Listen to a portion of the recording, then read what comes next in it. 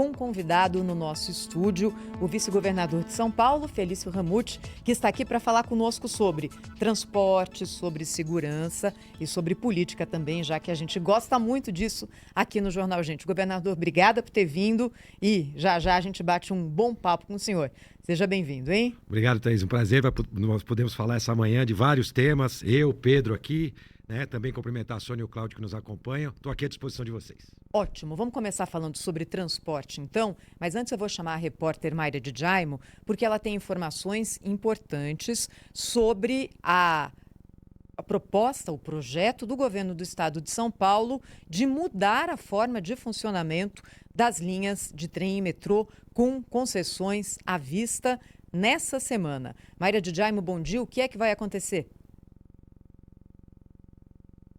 Oi, Thaís, bom dia para você, para todos aí na bancada, para o vice-governador e para todos que nos acompanham.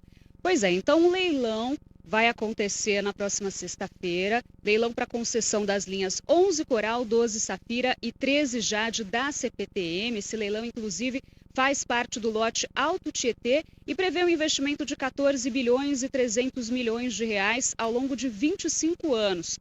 Esse leilão vai acontecer na sede da Bolsa de Valores de São Paulo, na B3, que fica no centro da cidade. E ontem, algumas empresas já entregaram as propostas. Foram 2 empresas que então deram esses lances que vão ser abertos e divulgados na sexta-feira durante esse leilão. A futura concessionária vai ter que reformar 24 estações e construir outras 10. E também está prevista a modernização completa da rede elétrica, sinalização e sistemas de controle de tráfego. O modelo é de concessão patrocinada com participação financeira do governo de São Paulo. E vai ganhar o leilão a empresa que der o maior desconto na contraprestação pública, ou seja, que ofereceu maior desconto no valor que o governo de São Paulo vai pagar anualmente para a execução das obras. A fase de transição vai ser de 2 anos, com uma operação assistida para garantir a continuidade dos serviços, enquanto, de fato, toda a operação sai das mãos da CPTM e vai passar para essa nova empresa ou consórcio que ganhar a concessão. E só atualizando a situação dessas linhas, elas estão operando normalmente hoje pela manhã, então, repetindo, linhas 11 Coral, 12 Safira e 13 Jade, porque a greve prevista para hoje foi cancelada. Essa decisão foi tomada ontem à noite em uma assembleia na sede do sindicato que representa a categoria. Foi uma votação apertada, 20 votos favoráveis à greve e 23 contrários. Então, o sindicato acabou optando por aceitar a proposta de paz apresentada pelo Tribunal Regional do Trabalho da 2ª Região e não fez essa greve. O sindicato decidiu fazer com que os trabalhadores fossem trabalhar hoje em roupas pretas como forma de protesto, que foi aprovado pela empresa, mas sem paralisação, então linhas funcionando normalmente hoje. Thaís. Essa é a Mayra de Jaimo, uma boa notícia que não tem greve então nessa manhã. Vamos aproveitar o governador aqui para falar um pouco sobre a questão da concessão do serviço de transporte sobre trilhos em São Paulo. Governador, depois de amanhã, nós vamos ter a abertura das propostas para a concessão de 3 linhas dos trens metropolitanos de São Paulo. O governo do estado está convencido que esse é o melhor caminho para melhorar a qualidade do transporte público? Sim, Pedro, sem dúvida. Aliás, isso já foi um compromisso do governador Tarcísio na campanha. O governador Tarcísio, que tem uma experiência quando foi ministro da Infraestrutura, retomou investimento nas ferrovias do Brasil. Infelizmente, lá atrás, o Brasil optou pelo modelo americano das rodovias ao invés do modelo europeu das ferrovias. Nós fomos vendo nossas ferrovias serem sucateadas e aqui em São Paulo, como governador, ele já começou com o leilão do TIC, o nosso trem intercidades, que envolve a linha 7, Rubi, chegando até Campinas, São Paulo, Campinas, trem de passageiros ligando essas 2 importantes cidades. E agora, sexta-feira, 11, 12 e 13. A repórter resumiu bem os benefícios que trazem. A gente foi muito questionado no início, porque nós estávamos num momento difícil em relação à concessão da linha 8 e 9, que estavam naquele processo de adaptação. Você pode ver que hoje os defeitos e falhas da linha 8 e 9 diminuíram muito. A mesma concessionária opera a linha 4, opera a linha 5, né? Linhas que são exemplos também do metrô, no caso, de prestação de serviço. Então, nós estamos convictos que é através desses 14 bilhões de investimentos que a gente vai trazer um melhor serviço. E a gente entende, claro, que o direito à greve é um direito do trabalhador, mas a motivação em si foi uma discussão que já aconteceu em algumas etapas, viu? Pedro, Thaís, aconteceu na etapa da eleição, quando escolheram o Tarcísio e eu como vice, e aconteceu também nas consultas públicas, onde a gente fez também as consultas públicas, cumprimos todos os ritos necessários para que sexta-feira a gente possa ter boas propostas. Duas empresas, um grupo que é da CCR, o segundo do grupo Comporte, que é o mesmo grupo que já levou o lote do trem Intercidades que eu acabei de citar. Portanto, esse é mais um passo de uma série de outras concessões que nós faremos, não só em ferrovias, metrô, mas também nas nossas rodovias e em outros temas. O governador só citou aquela concessão primeira que foi turbulenta no começo, porque tinha muito problema na operação das duas linhas que foram concedidas. A concessionária dizia o seguinte: a gente pegou aqui a situação muito ruim, pior do que a gente imaginava da CPTM, e precisamos de tempo para colocar a coisa para rodar de uma forma melhor. Tem o risco de que isso se repita agora? Olha, primeiro que essas linhas 8 e 9, de fato, eram as piores linhas, por isso que foram as primeiras a serem concessionadas. Era natural que assim fosse. Mas nós também fizemos uma alteração. Você viu que a repórter fala do prazo de transição de 2 anos. É muito importante essa transição de operação, assim como nós estamos fazendo na linha 7 Rubi, no caso do trem Intercidades. Então, essa é uma diferença em relação à transição. Nós vamos ter mais tempo para passar o bastão da CPTM para a nova concessionária. Em relação aos trabalhadores, via de regra, todos são aproveitados. Ao contrário, nós vamos ter mais estações, como a repórter também colocou tão bem, né? São 8 novas estações, podendo chegar a 10 com 2 terminais. A reforma das 24 estações, a acessibilidade, que é tão importante. Então, a população pode ter certeza que terá um melhor serviço público de transporte de mobilidade com a linha 11 e 12 13. Para quem não conhece, está nos acompanhando, é aquela linha da região leste, aquela que vai até o aeroporto de Guarulhos, ou que passa ali, tem conexão lá com o estádio do Corinthians, com a Arena Corinthians, né? Ali Suzano, Mogi, vai estar bem movimentada amanhã essa estação lá no Corinthians, né, verdade, governador? vai estar bem movimentada essa grande final. Eu que sou palmeirense, vocês corintianos, mas com certeza a gente vai prestar um melhor serviço, sim, Thaís, Pedro, e você que está nos assistindo principalmente pode ter certeza que essa é a linha correta do nosso governador Tarcísio. Eu sou presidente do Conselho de Desestatização, então eu tenho acompanhado todas as concessões de PPPs e tem mais novidades ao longo do ano. Além do transporte público, tem algum outro projeto para sair de desestatização ou está focado nessa questão do transporte agora? Olha, muitos, Pedro. Nós temos também o túnel imerso Santos-Guarujá, que é um sonho de 100 anos, né? Aliás, a gente chama de túnel imerso e não submerso. Tem uma diferença, eu vou explicar para vocês que estão nos acompanhando. O túnel, toda a estrutura é feita fora do mar e depois ela é colocada dentro do mar. Diferente, por exemplo, do túnel do Canal da Mancha, que é sob, né, o leito do mar, ou aqui, no caso, aquele túnel que passa embaixo da Marginal. Então é o túnel imerso Santos-Guarujá, 6 bilhões de investimentos, uma parceria entre o governador Tarcísio e o governo federal, metade dos recursos do governo estadual, metade do recurso do governo federal. Nós temos também o leilões de escola, que já aconteceu e que foi liberado pelo ministro Barroso para dar prosseguimento, onde a gente vai construir 33 novas escolas, muitas também na área rodoviária. Nós vamos ter importantes leilões também na área de rodovias, uma série de ações baseadas em concessões PPPs, porque a gente sabe que assim a gente consegue atrair recursos da iniciativa privada. Nós vamos ter mais um importante que é interessante de colocar, que são as travessias hídricas, as balsas que nós pegamos em todo o estado de São Paulo, por exemplo, São Sebastião Ilhabela, ou Guarujá Santos, ou Bertioga, enfim, são 14 travessias, Pedro, Thaís, onde o estado investe anualmente 270 milhões de reais nessas travessias. Arrecada por volta de 30 milhões, é um serviço deficitário que precisa de aportes do governo. E um serviço que dá para melhorar também, né, governador? Exatamente. Então, uma das grandes iniciativas de melhora é a eletrificação. Todas as balsas serão elétricas. Quem pega a balsa, sai a pé, sabe que chega do outro lado defumado, né, Pedro? Com aquele cheiro de diesel. Para você ter uma ideia desses 270 milhões, por volta de 80 milhões são gastos em diesel. Então, nós compramos o diesel, toda a operação é feita diretamente pelo governo e nós entendemos que uma concessionária, trazendo aquilo que tem de melhor lá fora, reformando os terminais também precisam passar por reforma. Nós entregamos estamos fazendo reformas de balsa, mas a mudança definitiva vai acontecer com essa nova também Quando concessão. Que vai acontecer isso aí? Este ano também, segundo semestre. Neste momento nós estamos na Assembleia Legislativa para aprovação, para que a gente possa ter continuidade. A Assembleia que, aliás, tem sido um grande parceiro nesses projetos de concessão, PPPs e privatização. Cláudio e Sônia, o vice-governador de São Paulo, Felício Ramute, está aqui para a pergunta de vocês também. Cláudio. Olá, vice-governador, muito prazer de tê-lo aqui novamente. Eu queria entrar na seara política, governador, se me permite. Fala-se muito hoje, mais do que nunca, né, na eventual pré-candidatura de Tarcísio Gomes de Freitas como presidente da República. Na verdade, o grupo político dele, que é chefiado, liderado por Jair Bolsonaro, já dá como certa a inelegibilidade mesmo, em definitiva, do ex-presidente, na melhor das hipóteses, para o ex-presidente.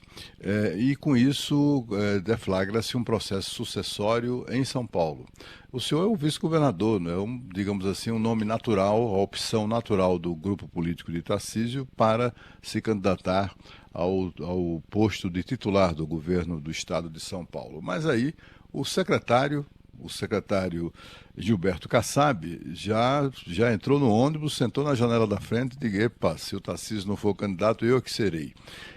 Esse tipo de coisa não se discute no âmbito interno do partido antes que o presidente da agremiação dê uma carteirada como essa? Cláudio, vamos dividir a resposta, né? Primeiro, dizer a você que eu posso, pelo convívio que eu tenho com o governador Tarcísio, posso dizer que o governador não perde um minuto sequer nessa agenda, seja a agenda de eleições presidenciais ou até mesmo de eleições aqui no estado. O foco dele tem sido trabalhar para entregar tudo aquilo que ele se comprometeu. Diferente de muitos ex-governadores que você sabe que logo que assumiam, no primeiro dia só pensavam naquilo, né, Cláudio? Nessa possibilidade de serem candidatos a presidente da República. O Tarcísio age completamente diferente, até pela origem, né? Ele não vem exatamente do mundo político, hoje se destaca como político, com sensibilidade social e com uma capacidade de gestão ímpar. É isso que coloca o nome. E a imprensa está cumprindo o papel dela de antecipar esse cenário eleitoral. Eu, como vice-governador, tenho que estar ao lado do Tarcísio nesse foco dele sobre gestão, sobre entregar os nossos compromissos. Então eu estou focado nisso, mas claro que existem movimentações políticas de todos os partidos. Ontem até estava acompanhando, muitos outros nomes se colocaram. Primeiro se colocavam como candidato a vice, agora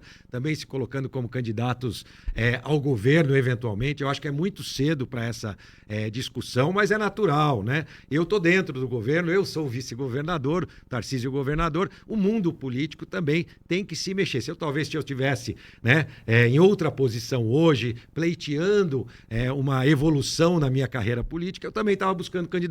Não é o caso específico do Kassab, que é uma grande liderança. Eu estou falando de outros candidatos. André do Prado colocou seu nome à disposição, o próprio prefeito Ricardo Nunes também, aliás, todos bons nomes, né?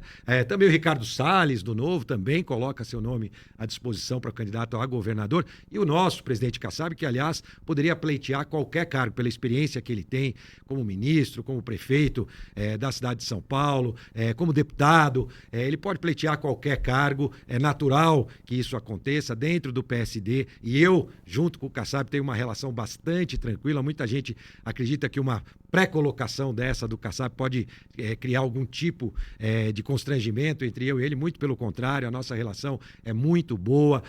Eu hoje sou vice-governador porque o PSD sugeriu o meu nome lá atrás, eu era pré-candidato e me tornei vice-governador do Tarcísio. Então é natural que aconteça essas movimentações políticas. Da minha parte, o foco tem que ser, seja eventualmente numa reeleição do governador Tarcísio, que é o caminho que ele prefere, na verdade, a reeleição, ou eventualmente, se o ex-presidente Jair Bolsonaro optar por passar o bastão, coisa que ontem mesmo ele disse que não fará, né?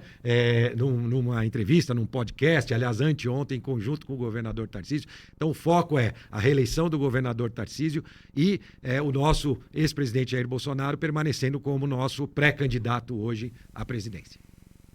Vice-governador, um bom dia para o senhor, uma boa tarde aqui direto de Paris. Vou continuar nessa questão política com o senhor. Brasília agitada, semana quente, né, por conta do julgamento do presidente Bolsonaro e de outros integrantes do seu governo. O senhor criticou as alegações de golpe do PT, assim como o que seria também uma retórica difundida por parte da mídia e do judiciário. O senhor pode falar mais sobre isso para os nossos ouvintes e telespectadores? Claro, recentemente fiz uma postagem falando que o PT usa como palavra de ordem a palavra golpe, né? Se a gente considerar o que o PT considera como golpista, o nosso presidente Michel Temer, um constitucionalista, democrata, estaria preso. Porque até hoje o presidente da República chama o ex-presidente Michel Temer de golpista, né? Em 2006, no Mensalão, aliás, o golpe era da mídia, era um golpe midiático, era a palavra de ordem do PT. Mais para frente, em 2016, no impeachment da Dilma, e quando o Michel Temer assumiu, mais uma vez, a gente vê a palavra de ordem golpe sendo colocada. Depois, mais para frente, na eleição do Bolsonaro e na prisão do ex-presidente Lula, mais uma vez a palavra golpe, golpistas. E no dia 8, e é sobre isso que eu falo na minha postagem, no dia 8 de janeiro, um grupo de baderneiros,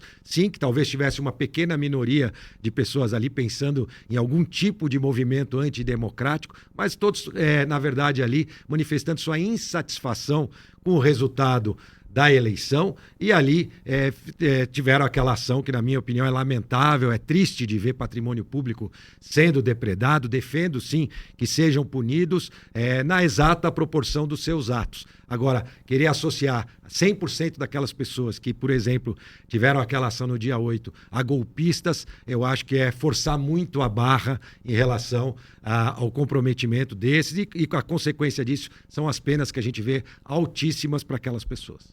Vice-governador de São Paulo, Felício Ramute, está aqui no estúdio do Jornal Gente. Queria perguntar para o senhor o seguinte, uma questão que está ligada à segurança, mas também à gestão pública.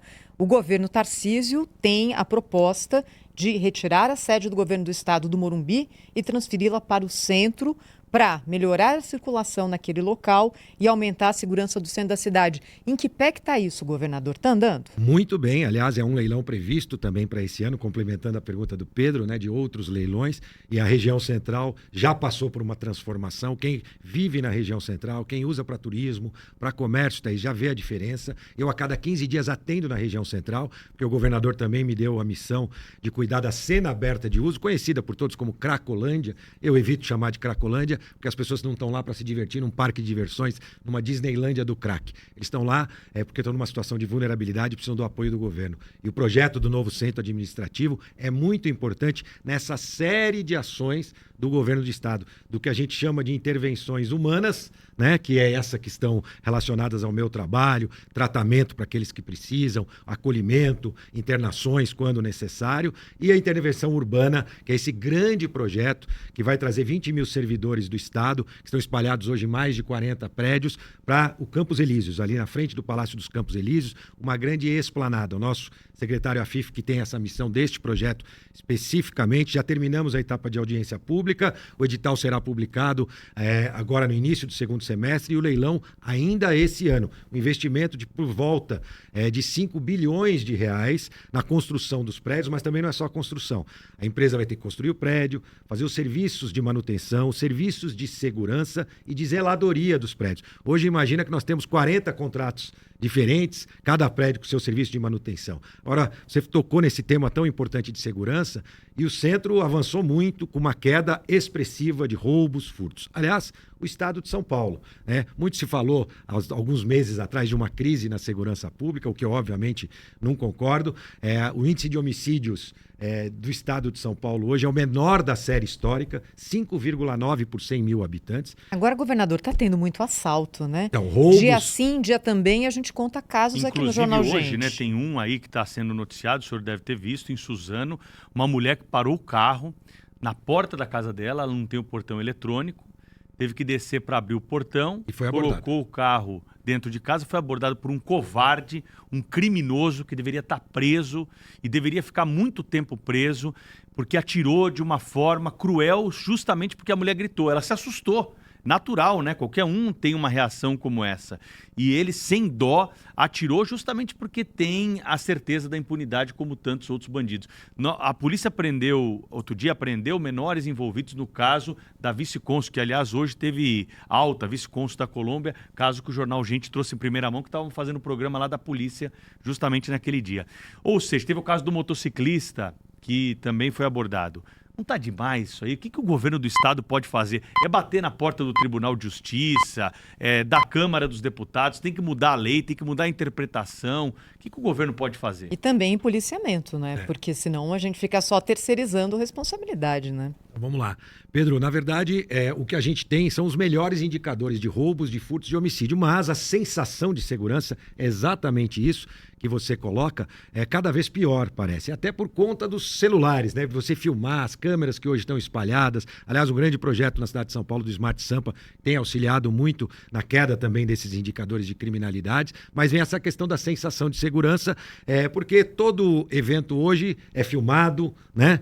A gente viu você citou alguns casos, teve aquele caso da mordida naquela senhora, enfim, uma série de casos que a gente olha com perplexidade, né? Do ciclista que foi morto aqui na frente do Parque do Povo, a sangue frio, mataram ele para depois levar o celular. Lembrando que no caso do ciclista, no caso das senhoras, a investigação aconteceu, todos foram encaminhados à justiça. Sim. A gente coloca, e é muito claro do nosso governo, a importância da gente mudar a legislação. Por exemplo, a grande maioria dos crimes hoje, e aí o celular tem mais uma vez um papel importante, né, nessa questão dos crimes, qualquer abordagem de qualquer policial, seja num ponto de ônibus ou em qualquer lugar ou num bairro nobre, ele sabe que aquela pessoa vai ter um celular que vai render para ele algum dinheiro, né, para que ele possa trocar por droga ou em dinheiro mesmo, enfim.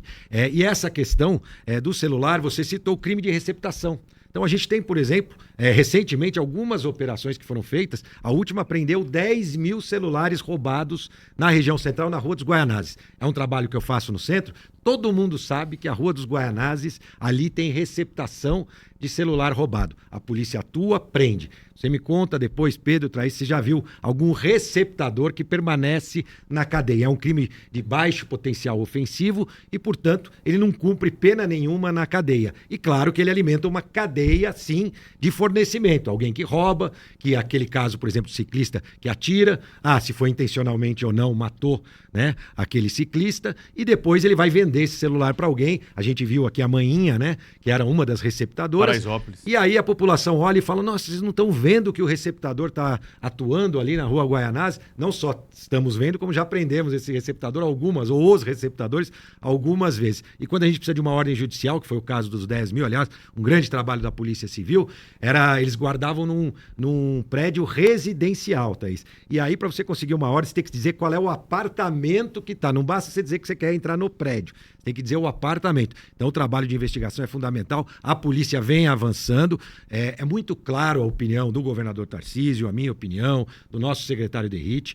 É necessária uma mudança na legislação, endurecendo, inclusive, para reincidentes, a questão da audiência de custódia, que tem um olhar especial também no caso de reincidência, e é exatamente o mesmo problema que a gente tem na cena aberta de uso. Quando você prende aquele pequeno traficante, porque quem está ali é o pequeno traficante, né? Na cena aberta de uso. Ele leva algumas pedrinhas de crack para dentro da cena, e aí você prende, poucos dias depois, ele mais uma vez está solto. Só para você ter uma ideia, Thaís e Pedro, nós temos na cena aberta de uso 40% das pessoas que estão lá, que aliás pela primeira vez nós sabemos quem está frequentando a Cracolândia, 40% estão descumprindo medidas judiciais. Estão soltos, né, aguardando julgamento ou em liberdade, semi-liberdade, e tem que cumprir medidas. O juiz determina que cumpram as medidas. E eles estão lá, obviamente, numa cena de uso, descumprindo medidas. A gente comunica a justiça, é claro, tem que esperar a velocidade da justiça para a gente poder atuar. Então existe essa dificuldade, mas também a gente não pode ficar só reclamando. Aliás, é bem o contrário que a gente está fazendo. A gente tem trabalhado muito, 5 mil novos policiais que já estão atuando, o maior concurso agora da Polícia Militar, mais 9 mil nesse momento da Polícia Civil, da Polícia Militar, em treinamento para compor, e tecnologia, que é fundamental, tecnologia e inovação, porque não se faz polícia ou segurança como antigamente, assim como se faz jornalismo, como se faz TV, é preciso ter tecnologia e inovação. Qual que é o próximo passo conjunto lá da Cracolândia? O que vai ser feito agora para tentar diminuir ainda mais o número de usuários lá? Pedro, você saberia dizer quantas pessoas tem hoje na cena aberta de uso da Umas fruta? 2.000, 3.000? Exato, tá vendo? Hoje, se eu mostro depois, eu te mostro fora do ar a foto de ontem. A gente ontem fotografa 2 vezes por dia. Ontem, na parte da manhã, 112 pessoas e na parte da tarde, por volta de 260 Eu vou falar, pessoas. nós reconhecemos aqui que melhorou bem. Aliás, o que tinha lá na Rua Helvécia antes, aquela coisa toda espalhada. Hoje tem aquele muro que separa, muito criticado, mas que de alguma forma trouxe, né? Agora, nós estamos esperando o passo seguinte, que é acabar de vez. Aliás, Há esse gostinho, né, esperando por parte da população. Sem dúvida, há 30 anos, né? É um problema de 30 anos que se agravou muito. Hoje nós estamos numa etapa, imagina, foram mais de 20 mil internações, Pedro. 20 mil internações. Mas agora parece que não anda mais, parece que está parado. Eu entendo, né? Mas a gente tem que fazer com calma, porque muita gente já anunciou o fim da Cracolândia. Aliás, teve também gente que já levantou placa, acabamos com a Cracolândia.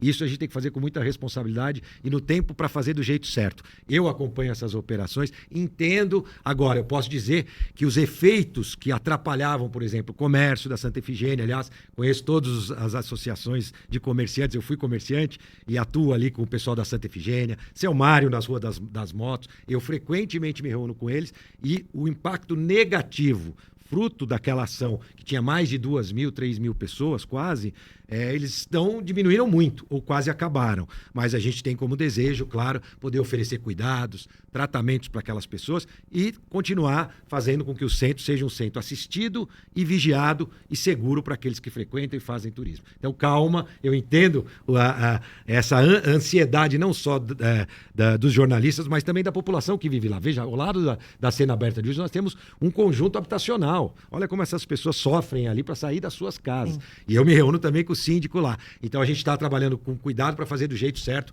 e não reverter, acontecer uma coisa midiática e não ser de verdade.